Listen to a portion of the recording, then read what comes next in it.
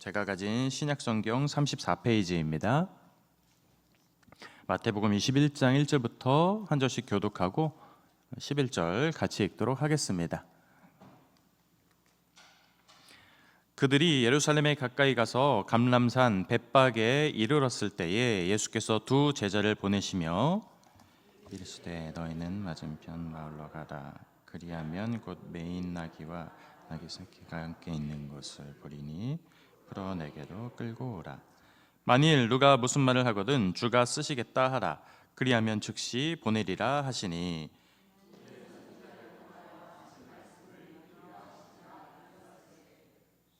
시온 딸에게 이르기를 내 왕이 내게 임하나니 그는 겸손하여 나귀 곧 멍에 매는 짐승의 새끼를 탓도다라 하였느니라. 나귀와 나귀 새끼를 끌고 와서 자기들의 겉옷을 그 위에 얹음에 예수께서 그 위에 타시니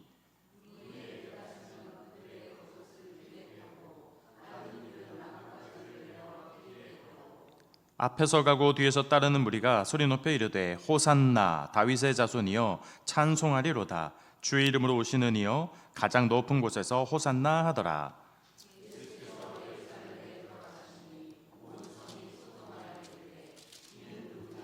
같이요. 무리가 이르되 갈릴리 나사렛에서 나온 선지자 예수라 하니라. 아멘. 찬양하겠습니다.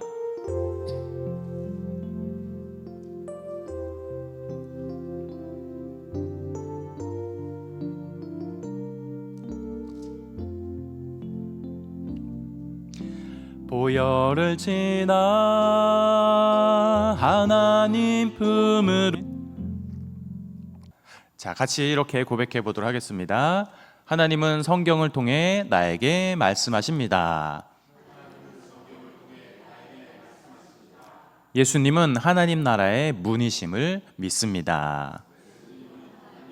문이심을 믿습니다. 네. 자, 오늘은 종려주일입니다. 그리고 다음 주일은 부활주일이에요. 종려주일이란 예수님께서 십자가 길을 가시기 위해 예루살렘에 입성하신 것을 기념하는 절기입니다. 영화 요한복음에 보면 사람들이 예수님이 입성할 때 바닥에 종려나뭇가지를 깔은 모습이 영화에 나옵니다. 이게 이제 팜트리라고 해서 손바닥처럼 길다 해가지고 팜트리라고 합니다. 종려나뭇가지인 것이지요. 나뭇가지뿐만 아니라 겉옷도 깔았대요. 성경을 보면 겉옷도 깔아서 마치 황제가 개선 입장을 하듯이 우리의 이 겉옷을 깔고 코트를 깔아서 왕이 들어오는 것을 준비하자. 나뭇가지도 길게 바닥에 깔아놨습니다. 그러나 며칠 뒤에 백성들은 변해서 십자가에 못 박으라고 소리치게 됩니다. 갑자기 태도가 변한 거예요. 오늘 종려주일을 의미하는 세 가지 키워드들이 있습니다. 그 세 가지 키워드들은 다음과 같습니다. 첫 번째, 겉옷입니다. 십자가 고난의 길로 들어서는 세 가지 키워드. 첫 번째는 왕즉위식을 의미하는 그 겉옷이라는 키워드고요. 두 번째 키워드가 바로 나귀입니다. 이 나귀는 구약 성경에 예언된 것을 성취하는 단어이고요. 그 다음이 호산나라는 단어입니다. 지금 우리를 구원하소서. 이 세 가지 겉옷과 나귀와 호산나의 키워드가 고난의 길로 들어서는 세 가지 단어입니다. 오늘 본문 9절에 보면은 호산나란 단어가 나와요. 호산나란 단어가 9절에 호산나 다윗의 자손이여 찬송하리로다. 주의 이름으로 오시는 이여 가장 높은 곳에서 호산나 하더라. 이렇게 나오죠. 무슨 뜻이라고요? 지금 우리를 구원하소서. 호산나, 호산나, 호산나 이런 찬양도 있잖아요.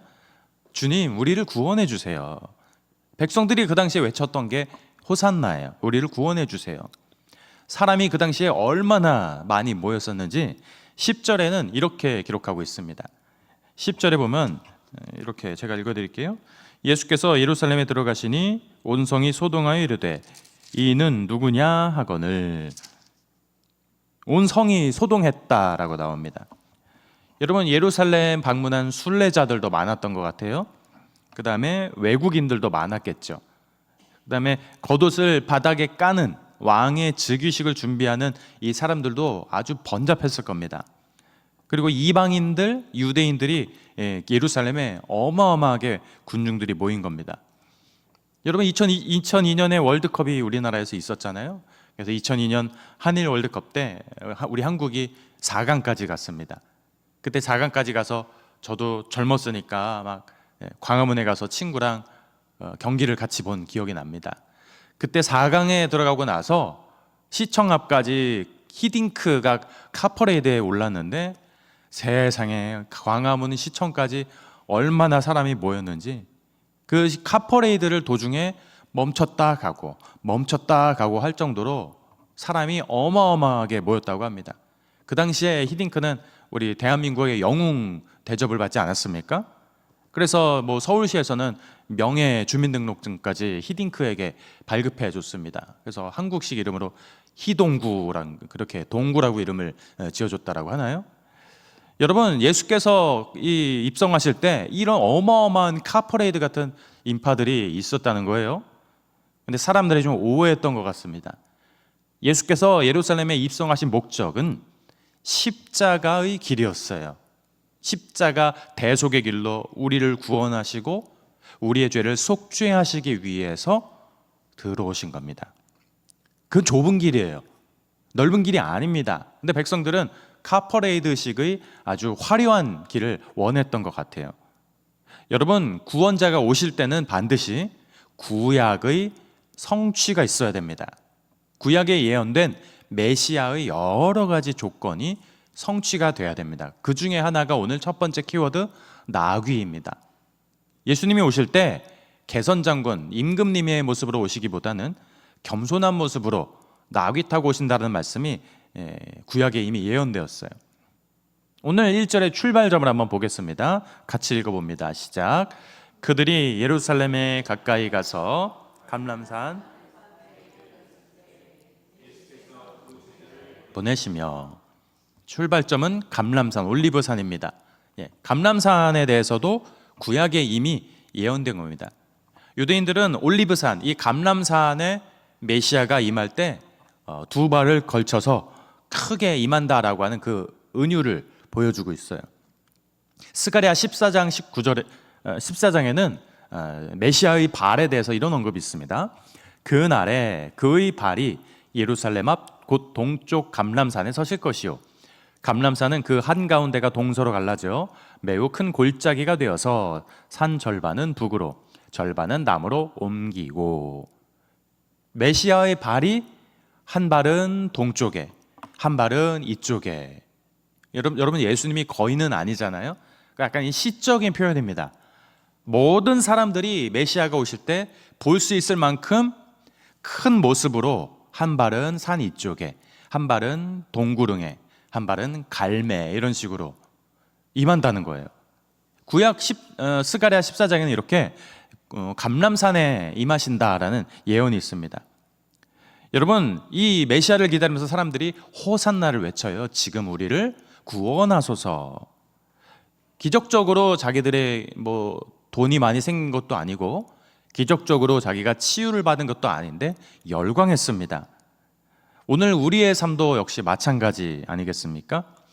여러분이 예수님을 믿는다고 해서 실제로 지금 당장 일이 잘 풀리거나 소원이 바로 성취되는 게 아닙니다. 여러분, 예수님의 능력이 무엇인지를 우리는 조금 더 깊게 생각해 보셨으면 좋겠습니다. 그가 모든 사람을 구원할 메시아로서 감람산에 오시며 또 예루살렘에 오신다라는 말이 무슨 말일까요? 여러분, 구원의 능력은 이 세상의 능력과는 질적으로 다른 것, 그것이 바로 구원의 능력이에요. 조금 더 보겠습니다. 구약의 또 하나의 성취, 나귀라는 단어를 보겠습니다. 2절 같이 읽어봅니다. 이르시되 너희는 맞은편 마을로 가라. 함께 있는 것을 보리니 풀어 내게로 끌고 오라. 아멘. 자, 메인 나귀와 나귀 새끼. 아직 아무도 타보지 않은 나귀입니다. 특별히 예비된 용도예요. 구약의 예언이 예수 그리스도에게서 실현되었다라는 의미에서 스가랴 9장 9절에 나온 나귀가 성취가 됩니다. 구약 성경 스가랴 9장에 보면 그는 공의로우시며 구원을 베푸시며 겸손하여서 나귀를 타시나니라고 기록되어 있습니다. 예수 그리스도는 황제의 모습으로 타고 오신 게 아니라 겸손하여서 나귀를 타고 오셨다. 즉 겸손이라는 방식으로, 평화라는 방식으로 오셨다라는 것을 강조합니다. 우리가 기다리는 구원자는 전쟁의 방식으로, 교만의 방식으로 오시는 왕이 아니라 평화와 겸손의 방식으로 작은 나귀를 타고 오신 분이다라는 것을 스가랴는 예언했고, 그리고 구약에 예언된 대로 예수님이 나귀를 데리고 와라 하자 그 나귀의 주인이 아무 말도 없이 나귀를 내어드립니다. 그리고 주님이 말씀하십니다. 그 이유를 묻거든 주가 쓰시겠다 하라, 이렇게 말씀합니다. 그리고 3절을 보겠습니다. 만일 누가 무슨 말을 하거든 주가 쓰시겠다 하라, 그리하면 즉시 보내리라 하시니. 누가 쓰신다고요? 주가 쓰시겠대요. 나귀를, 우리 인생을 주가 쓰시겠다고 합니다. 이것은 예수님의 주권을 의미합니다. 주가 나귀를 쓰겠다 하자 주인이 내어드렸다는 이 사건은 왕의 주권을 이야기합니다. 여러분, 가장 복된 인생이 뭘까요? 이 세상에서 가장 복된 인생이 바로 주님께 쓰임받는 인생입니다. 교회에서, 우리가 서 있는 자리에서, 또 일터에서 주님께 쓰임받는 인생이 정말 복된 인생이에요. 그래서 자세히 성경을 살펴보면 매여있는 나귀를, 묶여있는 나귀를 이렇게 풀러있는 모습을 우리가 봅니다. 2절에 보면 이르시되 너희는 맞은편 마을로 가라, 그리하면 곧 매인 나귀와 나귀 새끼가 함께 있는 것을 보리니. 풀어, 이렇게 나오죠. 매인 나귀가 풀렸다라는 것, 이게 무슨 의미일까요? 매여인, 묶여있는 나귀를 풀어, 바로 구원의 언어입니다. 구속의 언어입니다. 여러분, 인생살이 살면서 무엇에 매여 있습니까? 여러분, 인생살이 살면서 여러분 그동안 여러분 가정은 어떤 것에 묶여서 벗어나지 못했나요? 자녀가 묶여 있습니다. 부모님이 매여 있습니다. 여러분, 무엇에 속박되어 있나요? 풀리지 않는 우리 집안들의 이 속박되어 있는 이 문제들 앞에 예수님은 말씀하십니다. 주가 쓰시겠다 하라. 그러자 그 나귀의 매듭이 풀립니다. 매여 있는 것, 즉 우리 인간이 스스로 벗어날 수 없는 죄의 굴레를 생각하게 합니다. 속박되어 있고 묶여 있고 죄의 굴레에 묶여 있는 이 우리의 모습을 돌아보게 하죠. 그래서 2절에 예수님이 명령하십니다. 풀어 내게로 끌고 오라. 풀다라는 말은 무슨 뜻이냐면 이스라엘 말로 해방케 하라는 뜻입니다. 묶여 있는 그 나귀를 해방케 해라. 곧 내게 끌고 오라. 여러분, 이 해방이란 단어는요, 구원이라는 단어예요. 구원. 풀다, 해방하다. 성도 여러분의 묶여 있는 것들을 주께서 쓰시기 위해서 풀어 놓은 것입니다.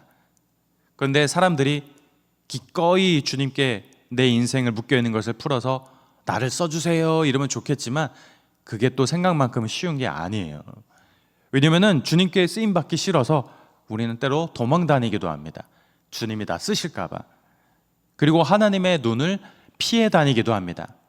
너무 하나님 손 안에 깊이 들어갈까봐 우리는 끊임없이 하나님의 눈을 피해 다니는 연약한 존재입니다.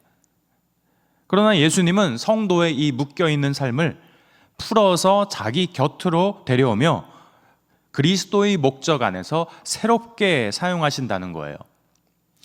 여러분 가정은 그동안 어디에 묶여 있었나요? 여러분의 마음은 지금 어디부터 풀어야 하나요? 우리를 지난날의 그 죄책감으로부터 풀고 예수 그리스도의 십자가는 우리를 지난날의 정죄감에서 풀어놓습니다. 풀다, 즉 해방이라는 단어입니다. 구원론적인 단어예요. 우리를 지난날의 실수와 잘못에서 풀어서 하나님 나라의 그 잔치에 참여하신 분이 바로 예수 그리스도입니다. 여러분을 해방하시고 포로된 자를 자유케 하시고 눈먼 자를 눈뜨게 하시는 분, 바로 예수 그리스도예요. 그분에게 사람들이 오늘 겉옷을 바닥에 깔아놓은 겁니다. 첫 번째 키워드가 낙이었고 그 다음에 겉옷, 호산나, 이런 세 가지 키워드. 7절에 보면은 왕의 즉위식을 상징하는 겉옷이 나옵니다. 7절 같이 읽어봅니다. 시작. 나귀와 나귀 새끼를 끌고 와서 자기들의 예수께서 그 위에 타시니. 자, 여기 겉옷이란 키워드가 또 등장하죠. 우리 인생의 참된 왕, 그 여러분 가정의 참된 왕인 주님 앞에 겉옷을 내려놨다라는 거예요. 아, 왕이 우리 방에 들어오신다. 겉옷을 깔자. 융단을 깔아드리자. 우리 가정에 그동안 내가 왕이었으니 내 왕노릇 이제 내려놓고 예수님께 이 겉옷을 깔아드리자. 이 의미겠죠. 십자가 고난의 길로 들어서는 세 단어 중 우리는 겉옷이라는 단어, 하나님이 내 삶의 왕으로 오십니다라는 고백과 나귀를 타고 겸손과 평화의 왕으로 오신다라는 두 가지 키워드를 살펴보았습니다. 자, 그러면 남아있는 세 번째 키워드는 뭔가요? 호산나입니다. 호산나. 무슨 뜻이라고요? 지금 우리를 구원하소서. 호산나, 지금 우리를 구원하소서. 성도 여러분, 여러분이 열광하는 호산나는 어떤 건가요? 지금 나를 구원해달라고 열광하고 몰입하고 있는 그 호산나, 예수님보다 더 집중하는 여러분의 인생의 그 호산나는 무엇인가요? 하나님 나라보다 더 갈망하는 그 나만의 그 호산나와 같은 그 존재는 어떤 것인지 생각하게 합니다. 9절에 보면은 이렇게 기록되어 있습니다. 앞에서 가고 뒤에서 따르는 무리가 소리 높여 이르되 호산나 다윗의 자손이여 찬송하리로다. 주의 이름으로 오시는 이여 가장 높은 곳에서 호산나 하더라. 호산나, 지금 우리를 구원해 주세요. 여러분, 호산나 구원의 실체는 바로 예수 그리스도예요. 다른 데서 구원이 임하지 않습니다. 여러분, 그러면 구원이란 무엇일까요? 예수님이 그토록 우리를 구원하시기 위해 십자가에 처절한 고통을 감내하셨던 그 구원이라는 것, 예수님이 오신 목적이 뭘까요? 바로 구원이 가장 첫 번째 되는 목적 아니겠어요? 구원이라는 무엇인지 잠깐 짚고 넘어가겠습니다. 첫 번째로, 구원은 하나님 나라에 참여하는 존재의 변화입니다. 이 존재의 변화를 백성들은 호산나라고 외친 거예요. 지금 우리를 구원하소서. 우리는 강대국의 로마에 눌려 살고 있습니다. 그러니 우리의 존재를 변화시켜 주세요. 그러나 이거는 때로는 정치적인 구원자를 기다리는 오해가 들어 있었습니다. 우리나라 주변에 미사일이 떨어지는데 메시아가 오셔서 주변에 이 악한 나라들을 멸하여 주세요. 그러면 메시아가 누구로 와야 돼요? 군인으로 와야 됩니다. 장군으로 와야 됩니다. 이거는 메시아관의 오해입니다. 유대인들이 아직까지도 메시아관에 대한 오해를 갖고 있는 사람들이 상당수입니다. 정치적인 구원자, 주변의 전쟁 명수 같은 구원자, 이런 주변 국가들을 누르고 우리를 지금 해방시켜주고 자유롭게 해줄 그 대단한 지도자, 이게 바로 호산나라고 외쳤지만 실제로 그 마음속에서는 자기 욕망이 투영된 겁니다. 하나님, 제가 이게 필요하니 호산나 지금 와주세요 라고 할 때 우리도 나도 모르게 내 욕망이 기도 안에 투영되기도 하죠. 그러나 참된 구원이란 하나님 나라에 참여하는 이 내 방식대로 믿는 신앙의 변화, 존재의 변화가 바로 하나님 나라입니다. 지금과 다른, 전혀 다른 새 생명으로 참여하는 곳이 바로 하나님 나라입니다. 우리 인생에 자기 집중이라고 하는 이 종려가지 말고, 우리 맨날 그 종려가지를 흔들잖아요. 나에게 가장 소중한 종려가지, 내가 몰입하고 있는 그 종려가지, 그거 말고 하나님 나라 준비라고 하는 그 종려가지를 들고 예수님을 기다려야 되는 거예요. 마태복음 당시에 종려나무가지는 무슨 의미였을까요? 백성들이 바닥에 깔던 그 팜트리, 종려나무가지, 자기 몰입이라고 하는 종려나무가지, 내 뜻과 내 계획이라고 하는 종려나무가지, 하나님 뜻 말고 내 소원 성취라고 하는 그 종려나무가지. 그러나 여러분, 하나님이 원하시는 백성의 모습은 이런 것이 아니라 바로 어린 양 그리스도를 기다리는 흰옷 입은 백성을 주님은 기다리십니다. 요한계시록에도 종려나무를 든 사람들의 은유가 등장을 해요. 어린 양을 기다리는 흰옷 입은 백성에 대해서 요한계시록은 7장에서 이렇게 기록하고 있습니다. 7장 9절 10절을 같이 읽어봅니다. 시작. 이 일 후에 내가 보니 각 나라와 족속과 백성과 방언에서 아무도 능히 셀 수 없는 큰 무리가 나와 흰 옷을 입고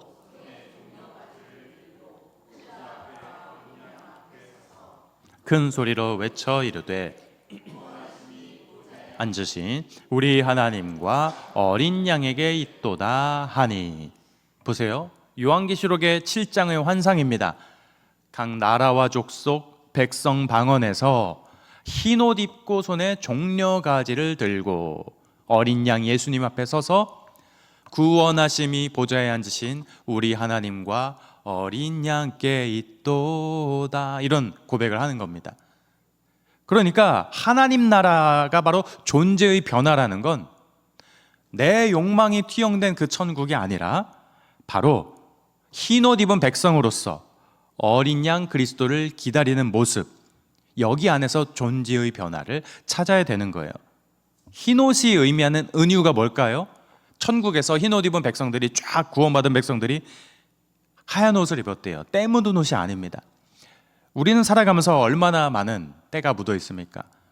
어제 토요일 날 제가 주일날 입을 옷을 이렇게 농에서 꺼내서 걸어놨는데 아침에 바로 입고 나오려고 보니까 여기 반점이 하나 묻어 있는 거예요. 그래서 제가 그 때를 물 묻혀서 이렇게 지웠습니다. 뭐 굳이 세탁소까지 맡길 정도는 아니었어서 제가 손에 물을 묻혀서 이 반점을 하나 지웠습니다. 살다 보면, 일하다 보면 때가 나도 모르게 묻잖아요. 옷에 묻어야만 때입니까?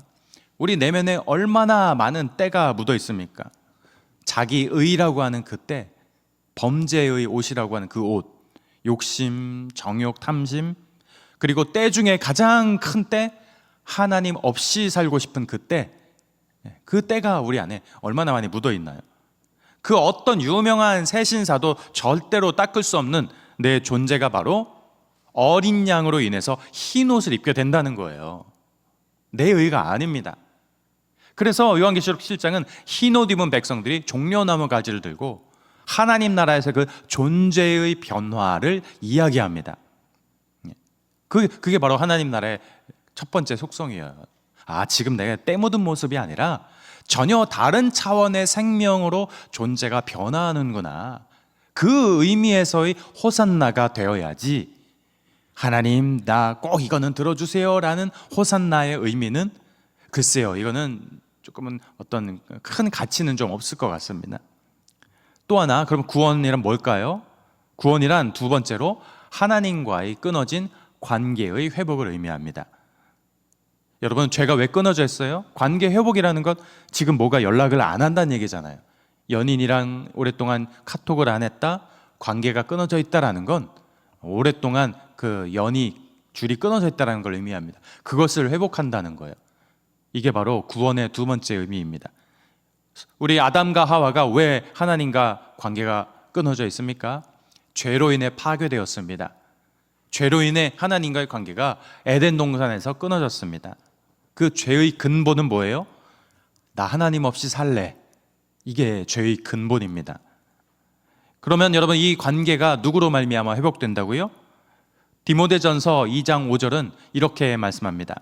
하나님과 사람 사이에 중보자도 한 분이시니 곧 사람이신 그리스도 예수시라.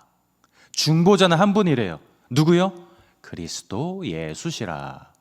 하나님과의 죄로 인해 끊어진 관계를 회복하는 유일한 중보자가 바로 어린 양 되신 예수님이라는 겁니다.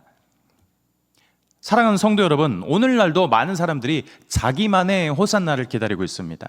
자기만의 종려나무를 깔고 있어요. 다른 구원자를 기다립니다. 내 뜻과 내 계획을 위해서 살아갑니다. 예수 그리스도 없이 살아가고 싶어해요. 내 인생에 방해가 된다고까지도 생각을 합니다.